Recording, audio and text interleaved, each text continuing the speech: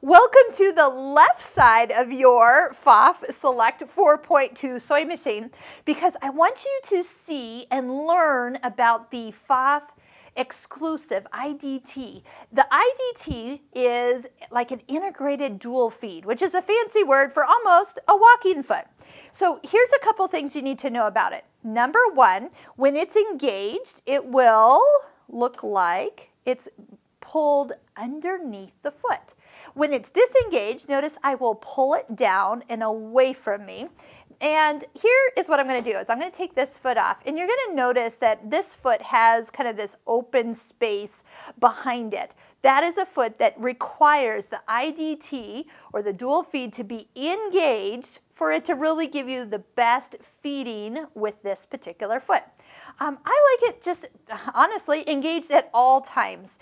That way, no matter what I'm doing, the two layers of fabric are being pulled in perfectly from top and bottom. The teeth are pulling the bottom layer, this is pulling the top layer, and it's just super simple. The other benefit of a Pfaff is that you don't have to buy a walking foot. There is no walking foot. It's because it's built on board. So when you put your foot on, and I'm going to just do this by clicking it up and into the little kind of latch there, is all I need to do is reach behind the machine. You can do this just almost by feel. Reach back here and pull that down, and it clicks into that opening of the foot.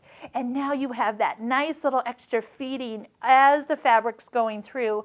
And if you ever needed to match stripes or plaids, I guarantee that they will match up perfectly. Let's say you're doing some quilting. So you've got your quilt, you've got a layer of batting, and you've got that back. Without this engaged, those layers are going to slip and slide. That batting makes it just want to kind of, shift and go different directions. With the IDT engaged, what you're going to have is those layers from the top and the bottom just be evenly pulled right on through as you're adding your stitches, even doing decorative work or doing a decorative stitch from one of your stitches up above here. It's going to pull through perfectly. So just always have that engaged unless you're doing like a buttonhole. Obviously that buttonhole foot doesn't have an opening for that.